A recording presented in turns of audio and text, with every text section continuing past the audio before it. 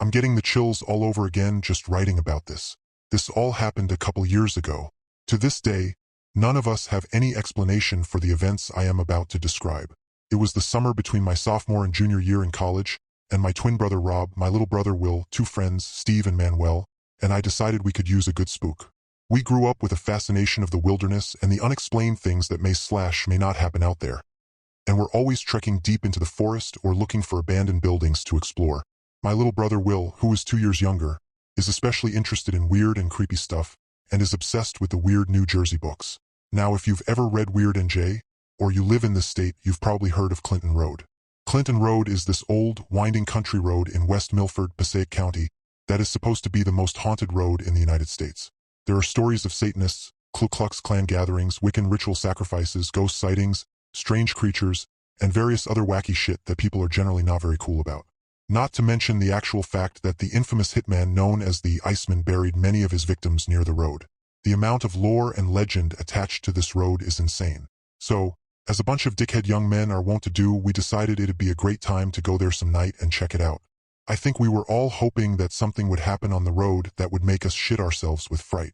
Of course, I know for myself that going into this, I've always been skeptical of ghost stories and didn't expect anything to happen.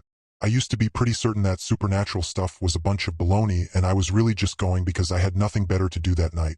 Honestly, I don't think any of us expected anything out of the ordinary to go down. We're all pretty level-headed guys, which makes what happened all the more difficult to understand. It got to be dark on the day we'd picked to make the trip. I think it was a Friday, 10:30 p.m. or so. So the five of us piled into Steve's car and headed off. We spent the drive shooting the crap and trying to freak each other out about what we might see. There are stories about a ghostly black pickup truck trying to run cars off the road there. So I kept telling them I saw a big truck coming up fast behind us, if only to amuse myself. Finally, we rode through one last lighted intersection and started onto Clinton Road. Being from an area that is equally rural as West Milford, I am used to dark country roads, so I wasn't surprised by how dark Clinton was. What was a little odd was how the darkness there felt heavier, almost like it was weighing us down and trying to swallow the car's headlights. The dense woods on either side weren't helping this oppressive feeling I was getting. I felt a little weird about all this, but we kept joking around with each other and the mood was light as we drove along, so I kinda got over it. Clinton Road is long with lots of bends, so we were driving a while before we came to a little bridge. One story goes that some little boy got hit by a car going so fast around the corner, the turn is called Dead Man's Curve or some morbid shit like that, that he was killed instantly and thrown from the bridge. Apparently they had to recover his body from the stream and his ghost is said to still hang out there. So if you flick a coin into the water below, he'll throw it back to you. Naturally, we had to try it. So Steve parked the car onto a patch of gravel on the side of the road and we went out into the black night.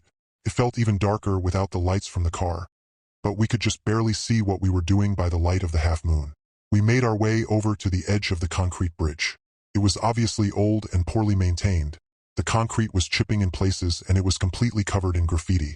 No cars went by the whole time we were on the bridge, and the only sound was the water running gently over the rocks beneath us. After a short silence, we agreed that someone should throw a coin. Steve wanted to the most, so we figured we'd let him do the honors.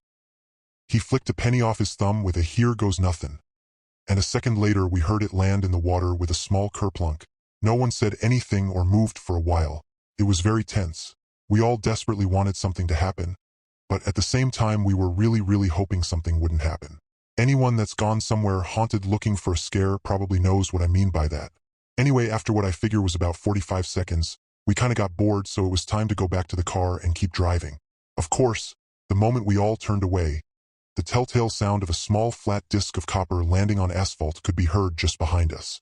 The sound, which seemed incredibly loud in the still, quiet air, rang through the night and froze me in my tracks. The hair on the back of my neck stood up and my eyes watered instantly. "Are you fucking kidding me?" I remember saying in my fright and disbelief. Sure enough, there it was, a penny in the exact goddamn middle of the goddamn road, right in the goddamn middle of that goddamn motherfucking bridge. Our desire to explain it logically quickly took over, and we immediately accused Steve and Manuel of being the asshole that dropped it there, because they were behind the rest of us and were also the most likely to pull that kind of shit. We argued for a while, but nobody fessed up. Still to this day, no one has fessed up to dropping that penny. The more time that passes, the less reason one of them has to keep up the lie, and the more unsure I am of what really happened on that bridge. Anyway, after that, I was pretty much done. ready to go home and crack open a beer. But little did I or any of us know, our terrifying adventure was far from over. In fact, it had barely begun. I freaked myself out pretty good by thinking and writing about this, so after I've calmed down I'll come back to it and tell you about the way worse shit that happened later.